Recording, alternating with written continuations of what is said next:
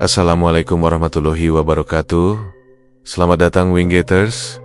Apa kabar malam ini? Semoga kalian semua selalu dalam keadaan baik dan dilindungi dari segala hal. Kembali lagi bersama saya di Lawana Wingate. Malam ini siapkan dirimu untuk sebuah kisah yang akan membawamu ke sisi lain dari realitas, di mana batas antara dunia nyata dan dunia gaib menjadi kabur.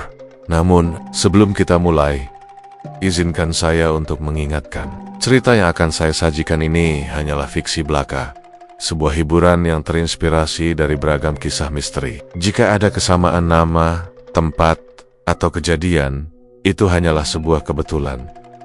Tak perlu lama-lama lagi, ini dia ceritanya. Pernah dengar nggak? Ada sebuah desa di Jawa Tengah yang katanya dikelilingi hutan angker. Desa itu letaknya terpencil, jauh dari jalan raya, bahkan kendaraan besar nggak bisa masuk. Untuk sampai ke sana, orang harus jalan kaki beberapa kilometer, melewati pematang sawah dan jalan setapak berbatu yang licin. Kalau hujan, warga desa menyebutnya sebagai desa Wening, karena katanya desa itu selalu sunyi. Bahkan di siang hari, burung-burung jarang berkicau di sana. Dan kalau malam, jangkrik pun seperti enggan berbunyi. Warga desa percaya, di hutan yang mengelilingi tempat itu ada sosok gaib bernama Nyi Roro Ireng. Cerita tentangnya sudah turun-temurun sejak zaman kakek buyut mereka, bahkan sebelum desa itu berdiri. Orang-orang bilang Nyi Roro Ireng bukan sembarang makhluk gaib. Dia bukan sekadar hantu, gentayangan atau penunggu pohon besar, melainkan pengantin dari dunia lain. Parasnya cantik, tubuhnya berbalut kain hitam legam seperti kebaya pengantin Jawa, tapi auranya membuat siapapun yang melihatnya tak bisa berpaling. Orang-orang percaya siapapun yang berani menatap wajahnya akan dibawa pergi, hilang tanpa jejak, gak pernah pulang lagi. Orang tua di desa itu selalu menakut-nakuti anak-anak mereka dengan cerita Nyi Roro Ireng. Setiap kali ada anak kecil yang nakal atau suka main jauh sampai ke tepi hutan, mereka akan bilang, "Wis, Oho, ado-ado, kono, mengko, nai, roro, ireng negiupa kau." Itu sudah, jangan main terlalu jauh ke sana. Nanti Nyi Roro Ireng mengambilmu. Dan anehnya, meski hanya sebuah larangan sederhana, anak-anak itu selalu langsung menuruti. Mereka tahu, larangan orang tua di desa bukan sekadar menakut-nakuti, tapi memang ada alasannya. Ada cerita yang masih diingat warga sampai sekarang. Dulu, sekitar 20 tahun yang lalu, ada seorang pemuda bernama Jatmiko. Dia dikenal pemberani, bahkan cenderung sombong. Dia sering bilang kalau semua cerita tentang hantu hanyalah omong kosong. Suatu malam, karena merasa tertantang, dia sengaja pergi ke tepi hutan dan berteriak-teriak memanggil nama Nyi Roro Ireng. Katanya, dia ingin melihat langsung siapa sebenarnya sosok itu. Besok paginya, Jatmiko nggak pulang. Warga mencarinya berhari-hari, menyisir hutan dari ujung ke ujung, tapi tubuhnya nggak pernah ditemukan. Yang tersisa hanya selembar kain hitam lusuh yang menempel di ranting pohon, seperti sisa kain kebaya. Sejak saat itu, orang-orang desa semakin percaya bahwa legenda Nyi Roro Ireng bukan cuma mitos, tapi kenyataan. Konon, Nyi Roro Ireng dulunya adalah seorang gadis desa yang cantiknya melebihi siapapun. Banyak lelaki yang jatuh cinta padanya, tapi dia menolak semua lamaran. Suatu ketika, ada seorang lelaki kaya raya yang ingin menjadikannya istri. Lelaki itu sebenarnya seorang penganut ilmu hitam, dan karena cintanya ditolak, dia mengutuk si gadis dengan ritual terlarang. Malam itu, gadis itu hilang, dan hanya terdengar suara gamelan dari arah hutan. Warga desa menemukan bunga melati berserakan di jalan setapak, tapi tubuh sang gadis tak pernah ditemukan. Sejak hari itu, muncul cerita bahwa gadis itu kembali sebagai sosok gaib pengantin. Dunia lain yang mencari pendamping manusia untuk menemaninya di alam sana. Banyak tanda-tanda aneh yang sering dirasakan warga. Kadang, saat lewat dekat hutan di malam bulan purnama, terdengar suara gamelan Jawa samar-samar. Suara itu diikuti wangi bunga melati yang sangat kuat. Padahal tidak ada satupun pohon melati di sekitar sana. Ada juga cerita tentang pedagang yang melintas sore hari. Dia melihat seorang perempuan berjubah hitam berdiri di ujung jalan. Wajahnya tertutup kerudung. Perempuan itu hanya diam, tapi tatapannya menusuk, membuat si pedagang lari terbirit-birit. Keesokan harinya, pedagang itu jatuh sakit parah tanpa sebab. Dan sebelum meninggal, dia hanya sempat berbisik, "Pengantin hitam Mogadishu." Jadi punya aturan tidak tertulis. Mereka dilarang keras menyebut nama Nyi Roro Ireng ketika berada di dekat hutan. Mereka percaya menyebut namanya sama saja dengan memanggilnya. Anak-anak muda pun sering diingatkan, jangan koba-koba pacaran atau duduk berdua-duaan di tepi hutan. Karena bisa saja Nyi Roro Ireng cemburu dan datang mengambil salah satunya. Suatu malam, ketika listrik desa padam total, beberapa warga duduk di pos ronda sambil menyalakan lampu petromak. Tiba-tiba, dari arah hutan terdengar suara perempuan tertawa lirih. Suaranya panjang, mendayu, tapi terasa menggetarkan dada. Orang-orang di pos ronda langsung diam, wajah mereka pucat. Seorang bapak tua berkata pelan, "Wis, ojo dirungokno, meneng we." "Sudah, jangan didengarkan.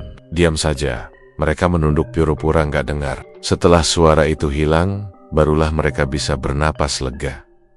Ada juga cerita tentang Pak Surip, seorang penebang kayu. Suatu siang dia masuk hutan untuk mencari kayu bakar. Saat sedang menebang, tiba-tiba terdengar suara gamelan pelan sekali. Awalnya dia pikir ada yang mengadakan hajatan di desa sebelah. Tapi lama-lama, suara itu semakin dekat.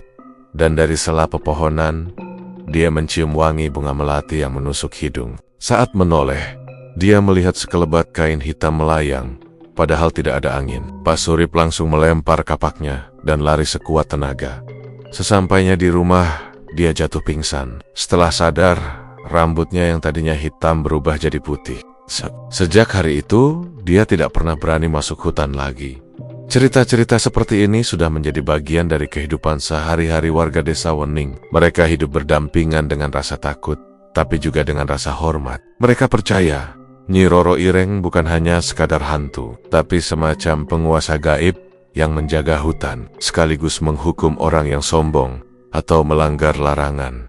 Yang lebih menyeramkan lagi, ada satu tradisi yang masih dijalankan diam-diam oleh orang-orang tua di desa. Setiap malam Jumat Kliwon, mereka akan menaruh sesaji berupa bunga melati, dupa, dan segelas air putih di pinggir hutan. Mereka percaya itu adalah cara untuk menenangkan Nyi Roro Ireng agar tidak mengganggu warga. Tidak ada yang berani menyepelekan tradisi ini, karena katanya pernah ada keluarga yang sengaja menolak ikut serta. Malam itu juga, salah satu anggota keluarga mereka hilang secara misterius, dan hanya ditemukan kain hitam yang menempel di pintu rumahnya. Bagi orang luar desa, semua cerita itu mungkin terdengar menggoda, hanya dongeng untuk menakut-nakuti. Tapi bagi warga desa Wening, legenda Nyi Roro Ireng adalah kenyataan yang harus mereka terima. Hutan itu bukan sekadar kumpulan pohon dan jalan setapak gelap, tapi gerbang menuju dunia lain. Dunia yang dihuni oleh sang pengantin gaib, yang diam-diam masih mencari pasangan untuk menemaninya.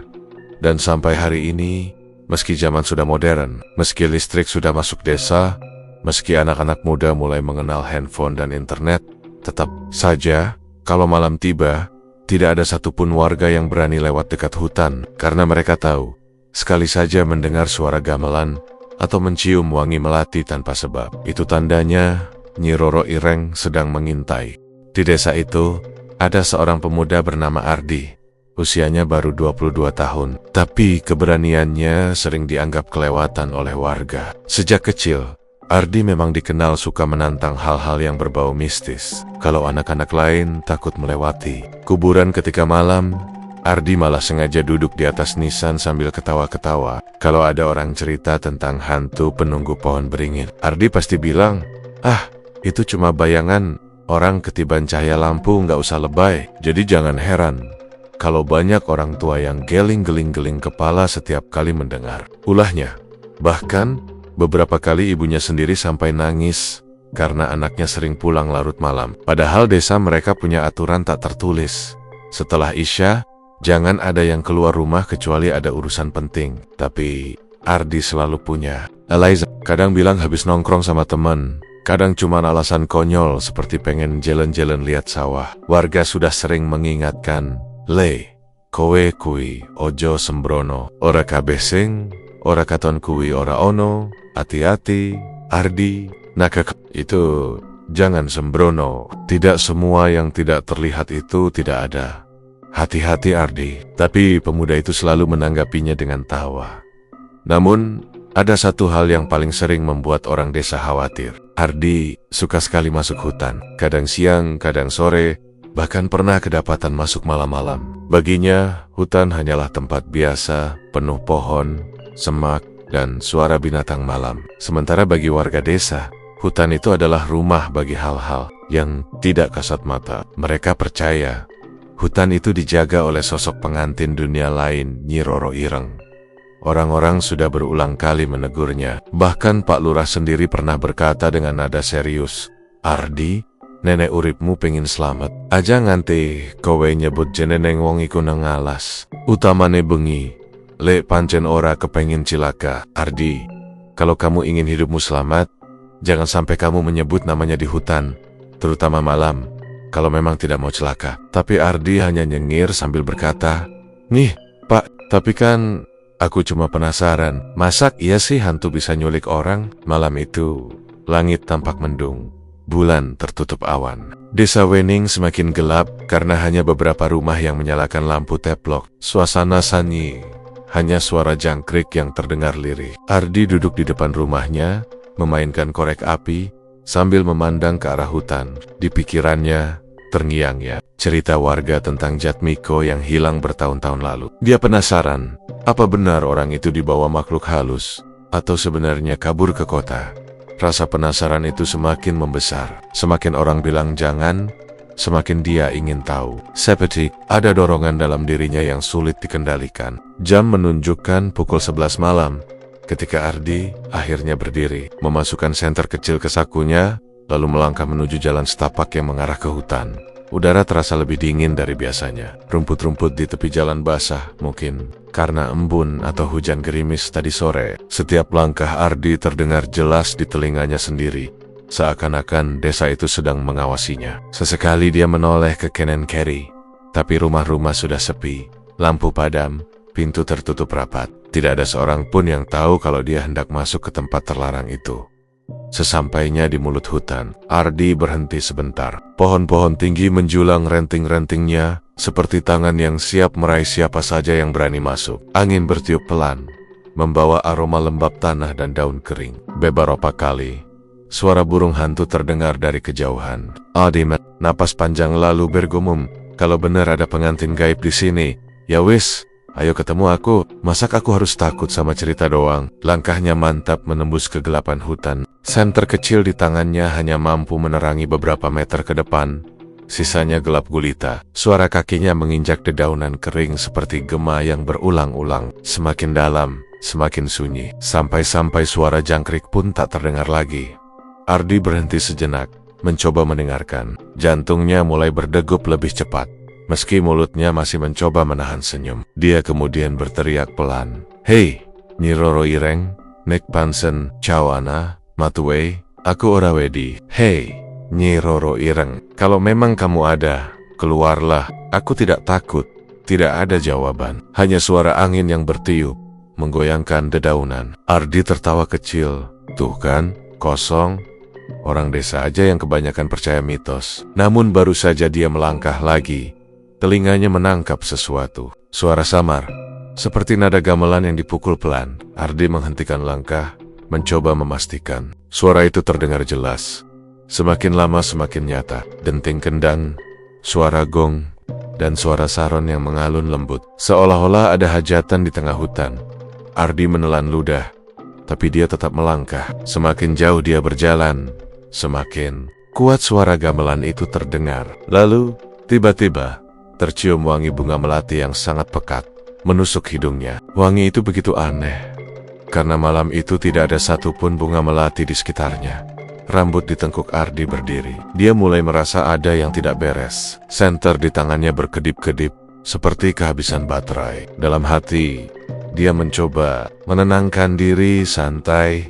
Ini cuma kebetulan. Mungkin ada orang yang lagi latihan gamelan di desa sebelah, tapi suaranya terdengar terlalu dekat, seakan hanya beberapa langkah di depannya. Dengan berani, Ardi berteriak lagi, lebih keras. "Hei Nyi Roro Ireng, iki aku Ardi. Matu Nek Pansen Cawana." "Hei Nyi Roro Ireng, ini aku, Ardi. Keluarlah kalau memang kamu ada. Suasana mendadak hening. Gamelan itu berhenti seketika. Wangi melati yang tadi begitu kuat pun lenyap dalam sekejap. Yang tersisa hanya kesunyian mencekam, membuat Ardi tiba-tiba merasa seluruh tubuhnya kaku. Dia menoleh ke kiri, ke kanan, tidak ada siapa-siapa. Tiba-tiba, dari balik pepohonan terdengar suara perempuan tertawa lirih. Suaranya pelan, memanjang, seperti bisikan tepat di telinga. Ardi terperanjat. Senter di tangannya terjatuh ke tanah. Dia membungkuk untuk mengambilnya.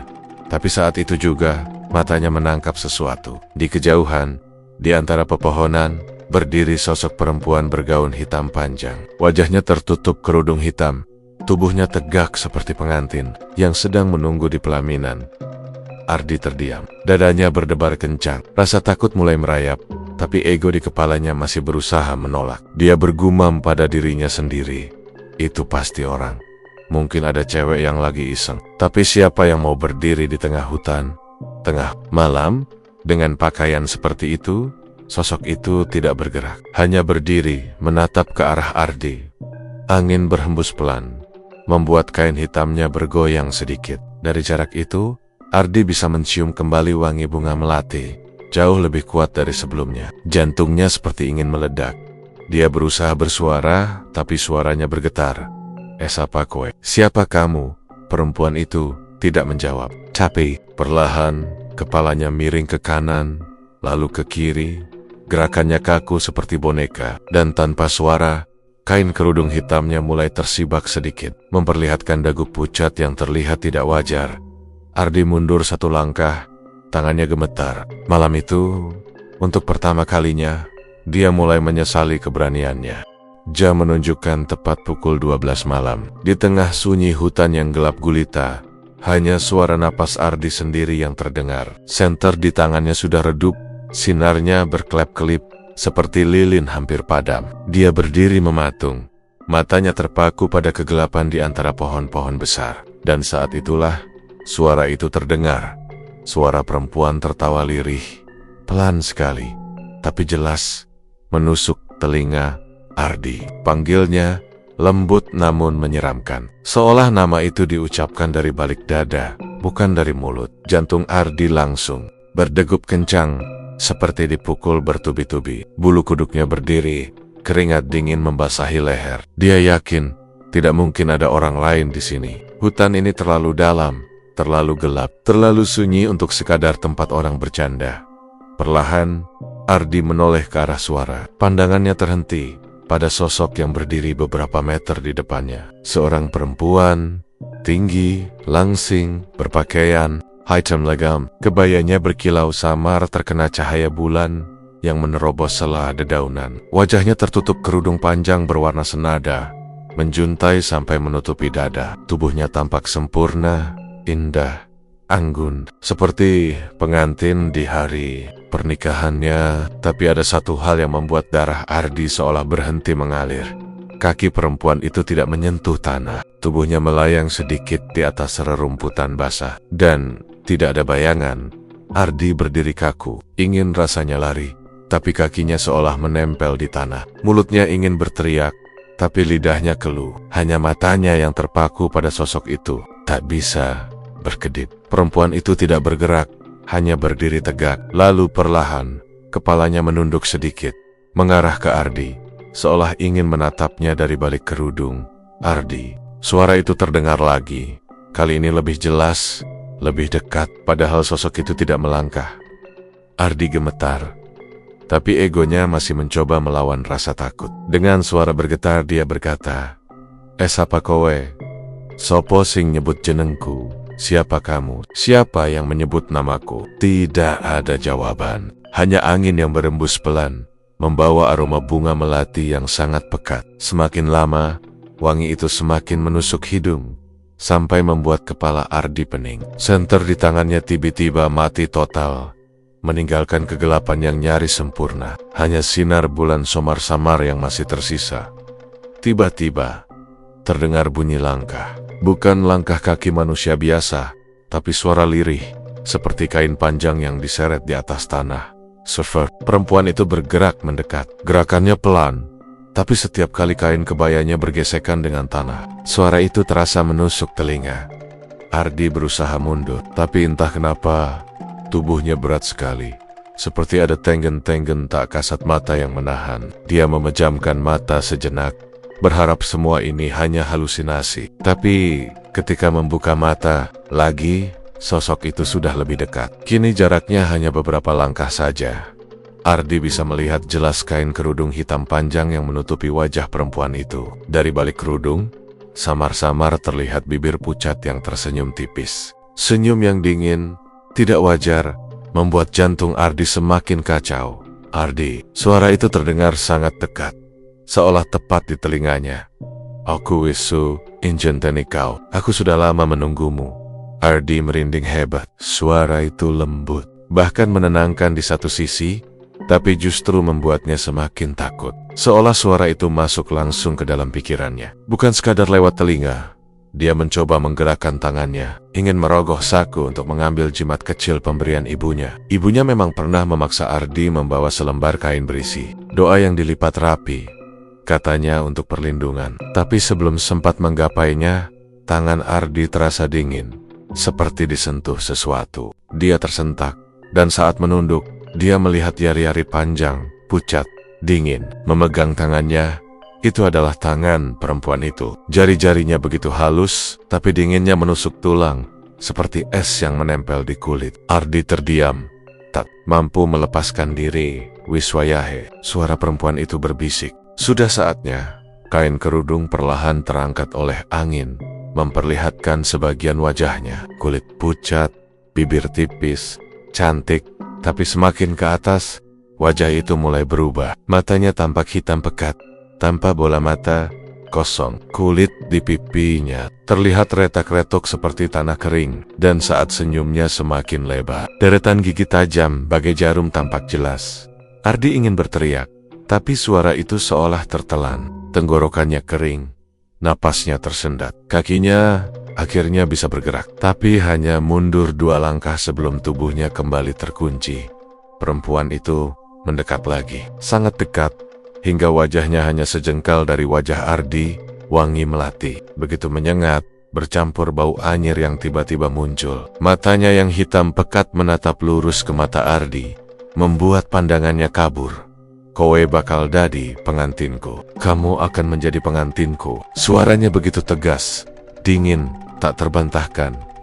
Ardi menggeleng, mencoba menolak, tapi tubuhnya makin lemah. Suara gamelan tiba-tiba terdengar lagi. Kali ini sangat jelas, seperti ada pesta besar di sekitar mereka. Denting gong, saron, kendang, semuanya berpadu, membuat malam hutan yang sunyi berubah mencekam dari keyohan. Ardi bisa melihat baanggen-baanggen hitam berdiri di antara pepohonan. Tubuh mereka tinggi, kurus, wajahnya tidak jelas. Peonggen itu bergerak, seperti para tamu yang menghadiri sebuah pernikahan. Mereka mengelilingi Ardi, membentuk lingkaran, sambil terus menatap. Ardi panik, matanya berputar ke segala arah. Dia berusaha melepaskan genggaman tangan dingin itu, tapi semakin dia berontak, semakin kuat genggamannya. Perempuan itu lalu mendekatkan bibirnya ke telinga Ardi dan berbisik, "Neko, ora gelem. Wong sing paling kowe tresnani, bakal tak jupuk dadi gantine. Kalau kamu tidak mau, orang yang paling kamu cintai, akan kuambil jadi penggantinya." Ardi terdiam. Kata-kata itu menusuk hatinya lebih dalam dari rasa takut apapun. Pikirannya langsung melayang pada ibunya di rumah, yang pasti sedang tidur tanpa tahu apa yang terjadi pada anaknya. Wajah ibunya terbayang jelas, membuat Ardi semakin panik. Dengan sisa tenaga, dia berteriak keras, "Ojo! Ojo ganggu keluargaku! Jangan! Jangan ganggu keluargaku!" Suaranya menggema di dalam hutan. Tapi gamelan dan suara tawa lirih segera menelannya. Perempuan itu tersenyum lebar, senyum menyeramkan yang memperlihatkan jiji-jiji tajomnia. "Yen ngono, kowe kudu dadi pengantinku. Kalau begitu, kamu harus jadi pengantinku." Seketika, kain hitam panjang itu melilit tubuh Ardi. Seperti ular, kain itu membelit erat, membuatnya tak bisa bergerak. Ardi berusaha meronta, menendang, tapi semakin dia berontak, semakin kain itu menjeratnya. Nafasnya sesak, Matanya mulai berkunang-kunang sebelum semuanya gelap. Ardi sempat melihat kerudung perempuan itu terangkat sepenuhnya. Wajah cantik yang berubah jadi mengerikan, dengan kulit retak, mata kosong hitam, dan mulut yang terbuka lebar, lebih lebar dari mulut manusia biasa. Suara tawa melengking memenuhi hutan, bersatu dengan denting gamelan, membuat malam itu terasa seperti neraka yang sedang berpesta. Dan dalam detik-detik terakhir kesadarannya, Ardi hanya sempat bergumam lirih, "Gusti, tulung aku, Tuhan, tolong aku." Lalu, semuanya gelap. Perempuan itu semakin mendekat, kain hitam panjangnya menyapu tanah basah dengan suara lirih seperti desis ular. Dari jarak dekat, wangi bunga melati makin menusuk, bercampur aroma tanah lembab yang membuat kepala Ardi berputar. Suaranya terdengar lagi, lembut tapi dingin, begitu menusuk telinga. "Ardi, aku wis sueg enjantani kau." "Ardi, aku sudah lama menunggumu." Kata-katanya seperti bisikan manis, tapi sekaligus ancaman. Bulu kuduk Ardi meremang, tubuhnya gemetar, tapi entah kenapa ada bagian dalam dirinya yang justru terpikat.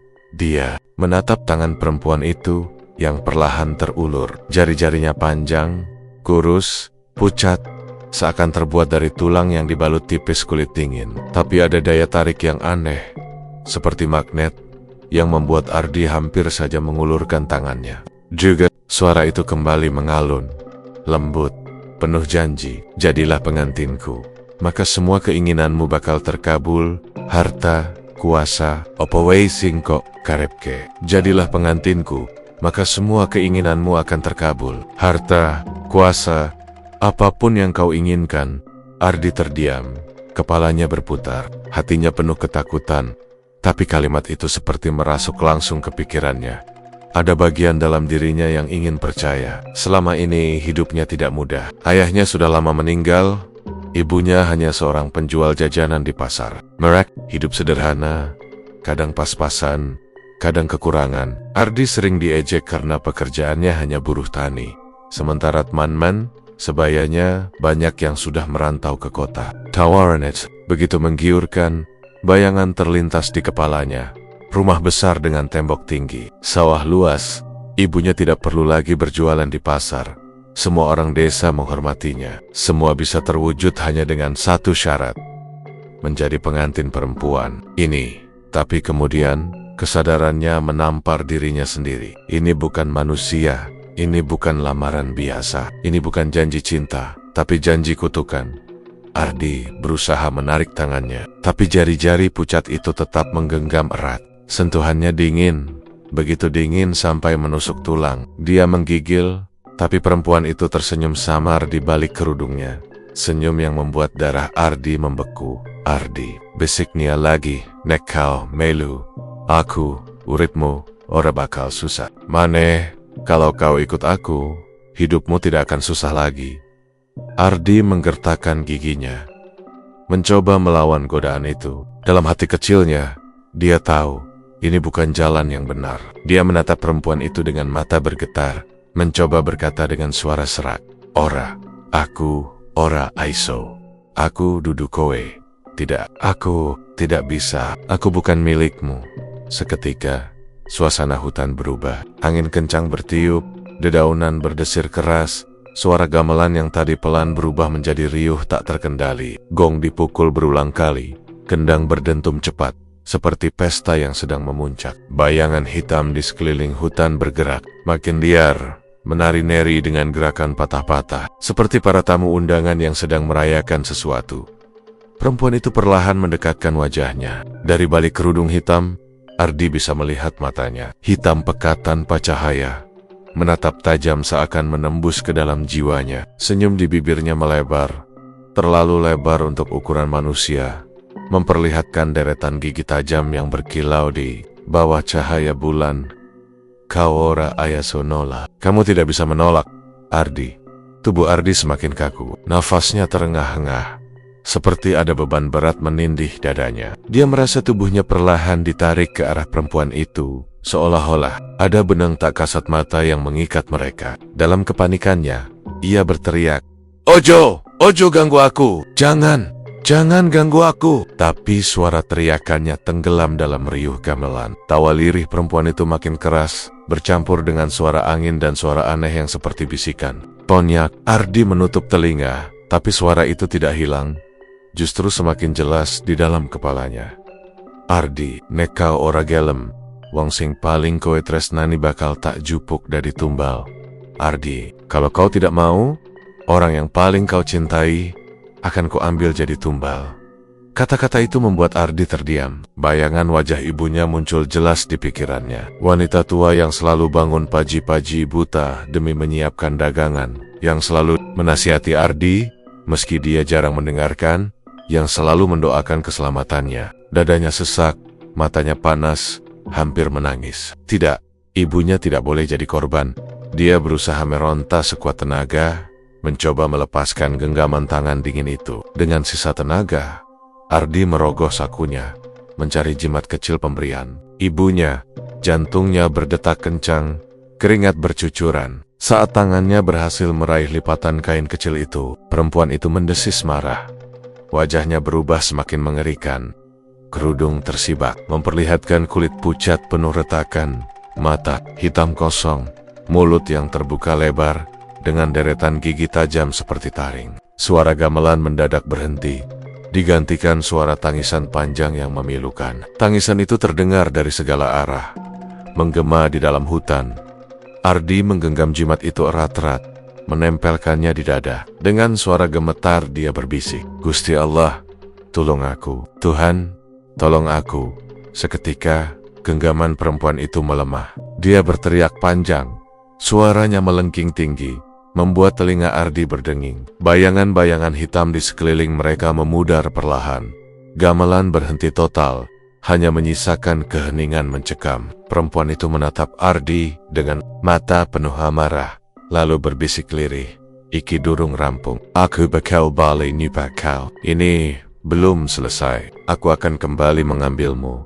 Tubuhnya lalu lenyap. Kain hitam panjangnya terurai di udara sebelum menghilang, meninggalkan wangi melati yang perlahan memudar. Hutan kembali sunyi, hanya suara napas Ardi yang tersenggol-senggol.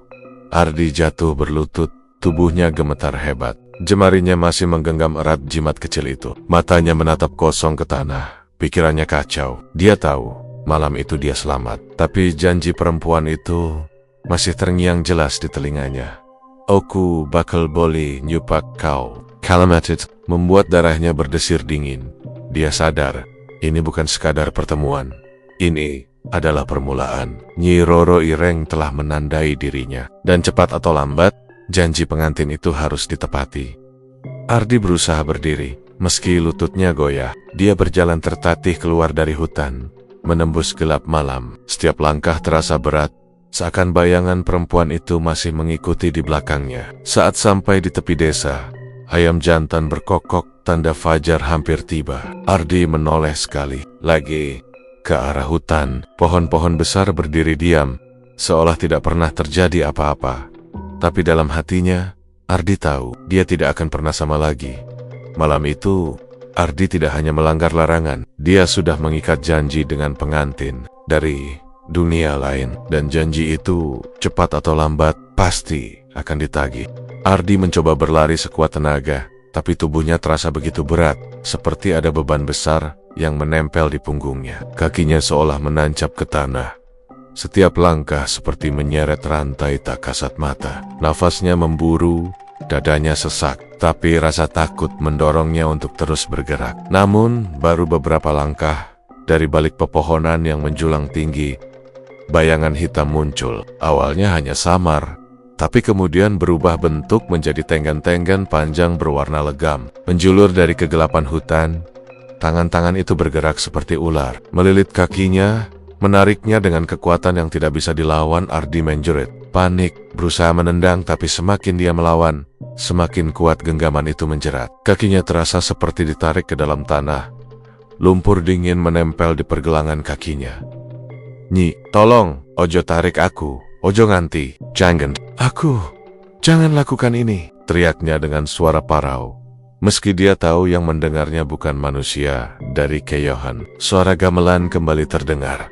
Kali ini lebih lambat, berat, seperti bunyi gong yang dipukul dengan irama kematian. Suara itu membuat bulu kuduk Ardi semakin berdiri. Dan dari balik keremangan hutan, muncul sosok itu lagi. Nyi Roro Ireng.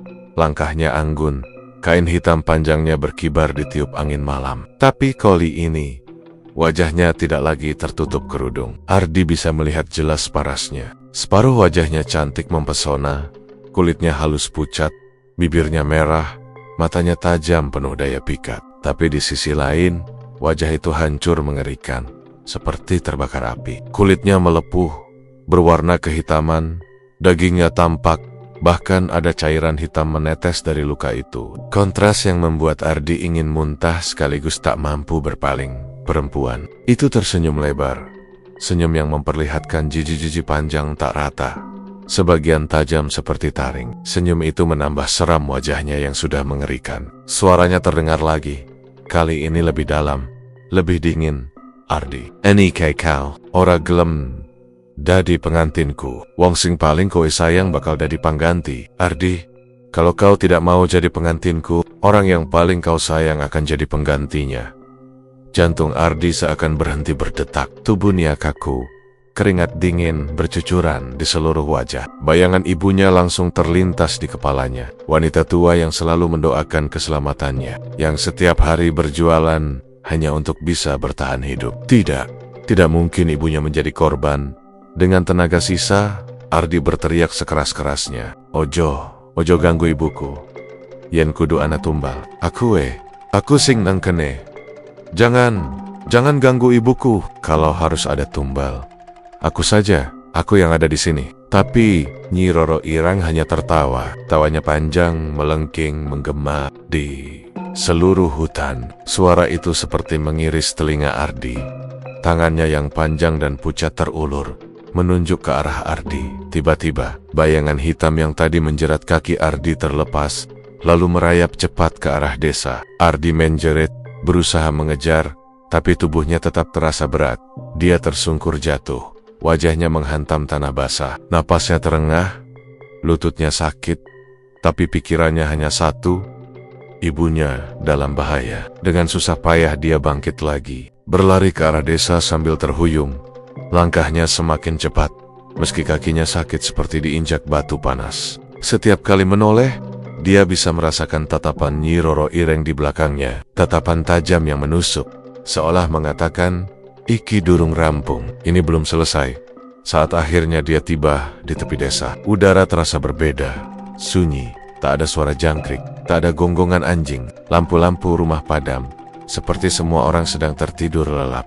Ardi berlari ke rumahnya, jantungnya berdegup kencang, takut membayangkan apa yang akan dia lihat. Pintu rumah terbuka. Di dalam, ibunya duduk di lantai, wajahnya pucat, matanya kosong menatap ke arah pintu. Tangannya gemetar, seperti habis melihat sesuatu yang menakutkan. "Ibu!" teriak Ardi, langsung menghampiri.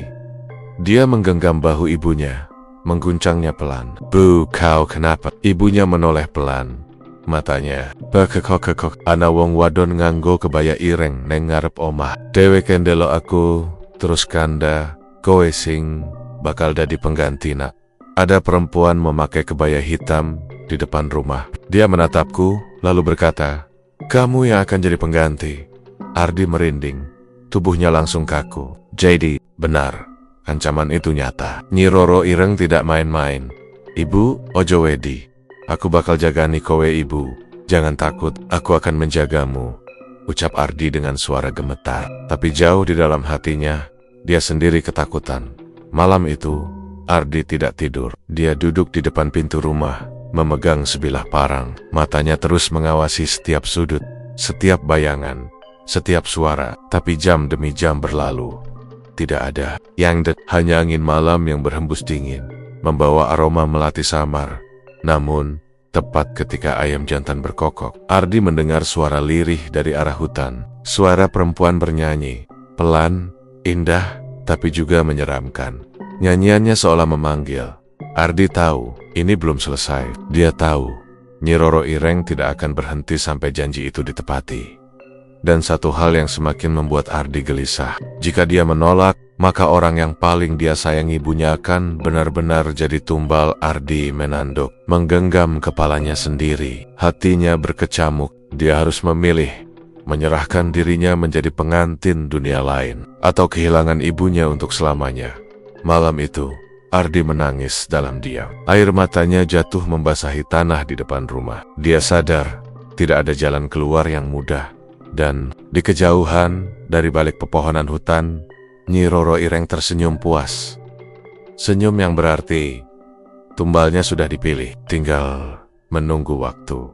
Sejak malam itu, kondisi Ardi berubah drastis. Tubuhnya yang dulu kekar kini tampak kurus kering, seperti disedot tenaganya. Wajahnya pucat pasi, matanya sayu, kosong, seakan kehilangan semangat hidup. Dia jarang bicara, hanya terbaring di tempat tidur dengan napas terengah. Kadang-kadang, dia mengigau, menyebut nama yang sama berulang kali. Roro, Ireng, Ojo ganggu ibuku. Suaranya lirih, parau, membuat ibunya semakin takut dan tak kuasa menahan tangis. Setiap malam, desa itu tidak pernah lagi tenang. Tepat setelah tengah malam, terdengar suara perempuan menangis di depan rumah Ardi. Suara tangisan itu pelan, memilukan, seolah dari seorang pengantin yang ditinggalkan. Awalnya keluarga Ardi mencoba mengabaikan, menutup telinga dengan bantal. Tapi semakin lama tangisan itu semakin jelas. Kadang disertai dengan suara ketukan di pintu. Pelan, tapi terus-menerus, membuat semua orang di dalam rumah tidak bisa tidur. Ibunya, Ardi, dengan wajah pucat dan mata sembab karena terlalu sering menangis, akhirnya meminta bantuan tetangga. Beberapa orang datang, mencoba berjaga di depan rumah. Namun, yang terjadi justru membuat bulu kuduk berdiri. Salah satu malam, seorang tetangga bernama Pak Darto duduk di kursi bambu depan rumah sambil merokok. Awalnya biasa saja, tapi menjelang pukul 2 dini hari, dia tiba-tiba melihat sosok perempuan berdiri di ujung jalan. Perempuan itu memakai kebaya hitam panjang. Wajahnya tertutup kerudung. Dia berdiri diam, menatap lurus ke arah rumah Ardi. Pak Darto mencoba menyapa, "Sopo kui? Kowe arep nangendi, Mbak?" "Siapa itu? Mau kemana, Mbak?" Tapi sosok itu Honyada. Saat dia berkedip, sosok itu hilang dari tempatnya dan tahu-tahu sudah berdiri di depan pagar rumah. Lebih dekat, lebih jelas, dari kerudung yang menutupi wajahnya terlihat senyum mengerikan. Gigi-gigi panjang yang membuat tubuh Pak Darto lemas seketika. Ketakutan, Pak Darto lari terburit-birit masuk ke rumah Ardi. Wajahnya pucat pasi seperti kehilangan darah. Siak, kejadian itu tak ada lagi tetangga yang berani berjaga malam di rumah Ardi. Mereka semua percaya sosok itu bukan manusia. Itu Nyi Roro Ireng, pengantin dari dunia lain, yang menagih janji. Kabar tentang keadaan Ardi cepat menyebar ke seluruh desa.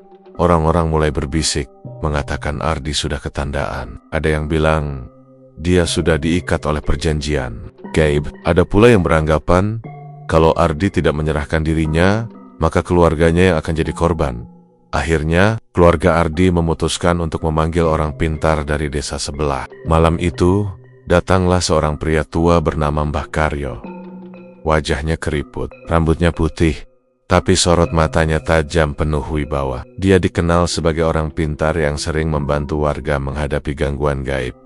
Begitu masuk ke dalam rumah Ardi, Mbah Karyo langsung merasa hawa berbeda. Udara di dalam rumah dingin menusuk. Meski lampu-lampu terang menyala, aroma melati samar tercium, bercampur bau tanah basah yang menyengat. Mbah Karyo menghela napas panjang, lalu berkata pelan, "Kowe kabeh kudu eling, iki dudu penyakit biasa. Bocah iki wis ditandai, dheweke lagi ditagih janji pengantin gaib. Kalian semua harus sadar, ini bukan penyakit biasa. Anak ini sudah ditandai, dia sedang ditagih janji pengantin gaib." Ibunya Ardi langsung menangis terseduh, memohon, "Mbah, tolong, ojo nganti anakku dijupuk. Opo ora ana dalan liyane? Mbah, tolong, jangan anakku diambil. Apa tidak ada jalan lain?" Mbah Karyo menggeleng pelan. "Ono dalan, ning Angel. Yen ora diputus sahiki nyawane, utawa nyawa kula wargane, bakal dadi tumbal. Ada jalannya, tapi sulit. Kalau tidak diputus sekarang, nyawanya atau nyawa keluarganya akan jadi tumbal."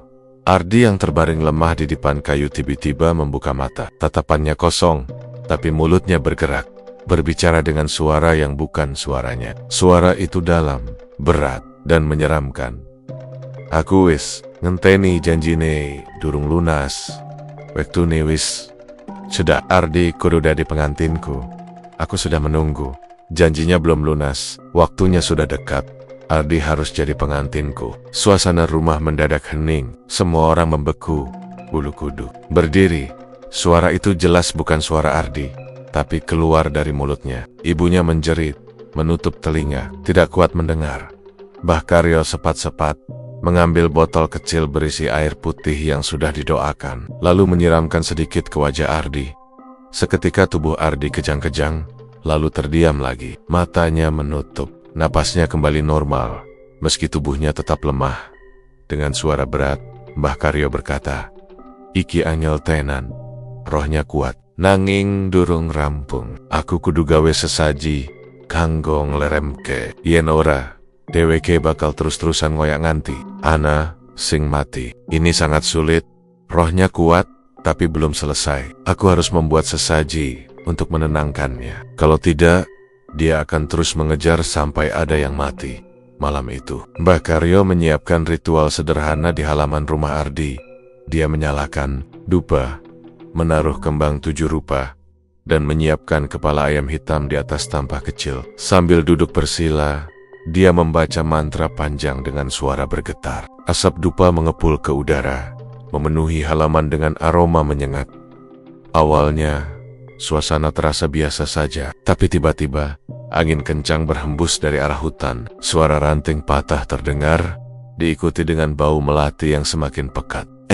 Dupa berkebar, meski seharusnya hanya mengepul pelan. Lalu suara itu muncul lagi. Suara perempuan menangis. Kali ini lebih dekat, lebih jelas. Tangisan itu terdengar di telinga semua orang yang ada di situ. Samar-samar, ada suara yang berbisik. "Pelan, Ardi. Aku wis janji, kowe kudu dadi pengantinku." Tiba-tiba, tubuh Ardi yang berbaring di dalam rumah terangkat sendiri. Dia melayang beberapa sentimeter dari dipan, matanya terbuka lebar dengan tatapan kosong. Mulutnya bergerak lagi, kali ini tersenyum menyeramkan. "Cao ora iso naingker. Aku, Ardi wis milih. Aku pengantine selawas. Kalian tidak bisa menyingkirkanku. Ardi sudah memilih. Aku pengantinnya selamanya." Suara itu membuat semua orang yang melihat gemetar ketakutan. Ibunya pingsan seketika, tidak kuat menahan teror itu. Mbah Karyo mencoba melawan dengan membaca mantra lebih keras, memercikan air doa ke arah Ardi. Tubuh Ardi bergetar hebat, lalu jatuh kembali ke dipan dengan keras. Suara tangisan dan bisikan itu menghilang, tapi hawa dingin tetap menyelimuti rumah. Setelah ritual selesai, Mbah Karyo tampak kelelahan. Keringat bercucuran di wajahnya. Meski udara malam begitu dingin, dengan suara parau dia berkata, "Aku mengaiso nunda, nanging kutukan. Iki izi anak wektu ora akeh. Yen ora ketemu dalan kanggo mecah perjanjian iki, Ardi utawa ibune bakal dadi tumbal. Aku hanya bisa menunda, tapi kutukan ini masih ada. Waktu tidak banyak. Kalau tidak menemukan jalan untuk memutus perjanjian ini, Ardi atau ibunya akan jadi tumbal." Semua orang terdiam.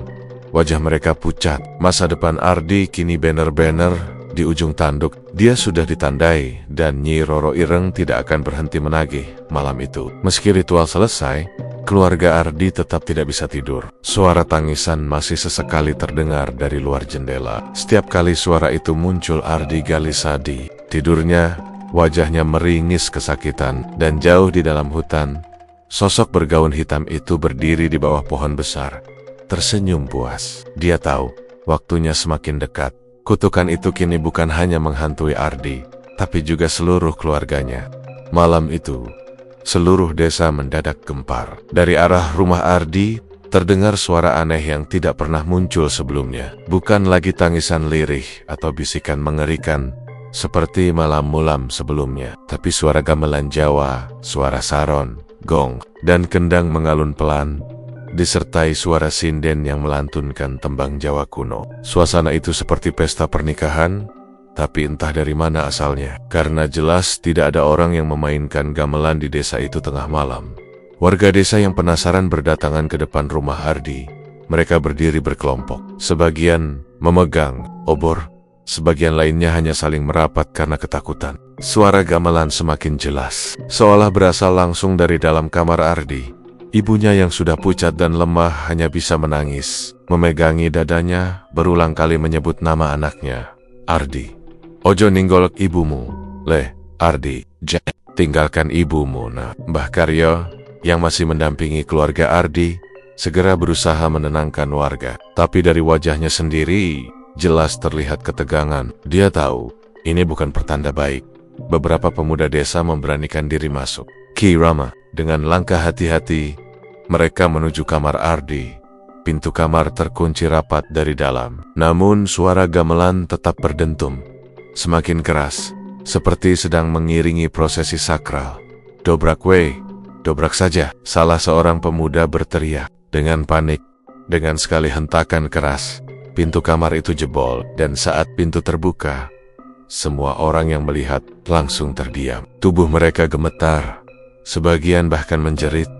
Kamar itu kosong. Ardi sudah tidak ada di tempat tidur. Yang tersisa hanyalah bunga melati basah berserakan di lantai, memenuhi ruangan dengan aroma wangi menusuk. Di atas dipen, terlipat rapi sebuah gaun pengantin berwarna hitam legam, dihiasi bordir halus berkilauan. Seolah seseorang baru saja meninggalkannya di sana. Sebagai tanda perpisahan, suara gamelan masih terdengar, tapi samar-samar seperti menjauh. Warga yang berdiri di depan rumah tiba-tiba melihat sesuatu di jalan desa. Dari kejauhan, di bawah cahaya bulan, tampak iring-iringan pengantin. Beberapa sosok hitam tinggi berjalan pelan, mengiringi sepasang mempelai. Pengantin wanita itu mengenakan gaun hitam panjang, wajahnya tertutup kerudung. Di sampingnya, seorang laki-laki berjalan lemah, mengenakan beskap sederhana. Wajahnya pucat, kosong, namun jelas itu Ardi. Semua orang terdiam, tidak ada yang berani mendekat. Tubuh mereka kaku, hanya bisa menatap pemandangan itu dengan rasa takut bercampur takjub. Iring-iringan itu berjalan ke arah hutan, perlahan menghilang ditelan gelapnya malam. Dan begitu bayangan terakhir lenyap, suara gamelan pun berhenti. Hening, sunyi.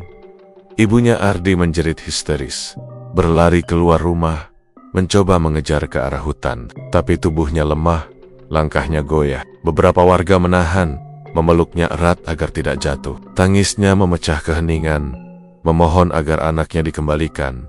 Sejak malam itu, Ardi tidak pernah kembali. Tidak ada jejak, tidak ada tanda-tanda, hanya bunga melati yang selalu muncul di depan pintu rumah ibunya setiap malam Jumat Kliwon. Warga percaya, itu tanda Ardi sudah resmi menjadi pengantin Nyi Roro Ireng. Pengantin dari dunia lain. Cerita itu cepat menyebar ke seluruh desa, lalu ke desa-desa sekitar. Orang-orang mulai takut menyebut nama Nyi Roro Ireng, apalagi di dalam hutan pada malam hari. Bahkan, banyak yang memilih menghindari hutan itu sama sekali. Namun, meski sudah berlalu berbulan-bulan, gangguan tidak benar-benar hilang. Beberapa pemuda desa mengaku mendengar suara gamelan samar ketika mereka melintas dekat hutan tengah malam. Ada juga yang mencium bau melati kuat sekali, padahal tidak ada bunga sama sekali di sekitar. Yang lebih mengerikan, ada yang bersumpah pernah melihat sepasang pengantin berjalan di tepi hutan. Sang wanita bergaun hitam dengan kerudung panjang, sementara sang pria berjalan di sampingnya dengan wajah kosong. Mereka berjalan pelan, tanpa suara, lalu tiba-tiba menghilang begitu saja ketika didekati. Warga yakin itu adalah Ardi dan Nyi Roro Ireng. Sejak saat itu, legenda semakin kuat.